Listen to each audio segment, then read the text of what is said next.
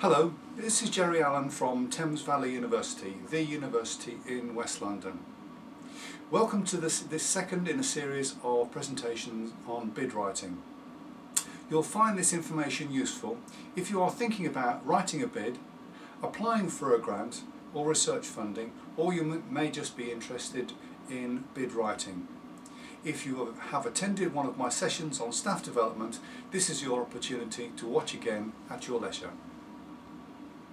I am now making the assumption that you have a basic understanding of bid writing, the key benefits and how and where to source bidding opportunities. If you have followed my guidelines from the previous session, you are now receiving a host of email alerts from a variety of sources. In this session, I intend to look at some tactics for bid writing and some key tips for successful writing. I propose to leave looking at a costing and pricing model to another session. On the subject of tactics, the first thing to consider when writing a bid is to get into the mindset of the funder. Do your research. What are they asking for? You will need to understand their agenda. It is only when you get into their mind will you overcome the first hurdle and increase your prospects of success. Now let's examine your institution. Are you planning one large live or die bid, or are you working towards a series of smaller bids to raise your profile?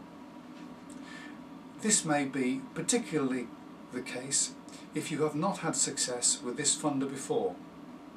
You may need just to get onto their radar with an initial bid. Whilst we are on the subject of bid submissions, it is exceptional to achieve a 100% hit rate. Estimates vary, but a good strike rate is broadly agreed to be about 1 in 8. So be prepared for an element of rejection and don't take it personally. Now to partnerships. Do you have these in place? Or will you be running around to secure partners the moment an opportunity is announced? The motto here is to be prepared and to form your networks well in advance. Similarly with teams, do you have an internal infrastructure in place? At TVU, we have several people scanning and filtering for bidding opportunities, then distributing these to key decision makers within the university who make the go, no-go decision. The process helps to focus on avoiding the simple money chasing and agreeing the rationale behind the bid submission. Effectively, our strategy is growing capacity and building flexibility across the university. So what are my key tips for success? Any seasoned bid writer will tell you that the time window for replying to the bid opportunity is frequently very tight, with an average of 2 weeks. If you are already receiving email alerts for bids, you will see that advanced timing and planning is essential.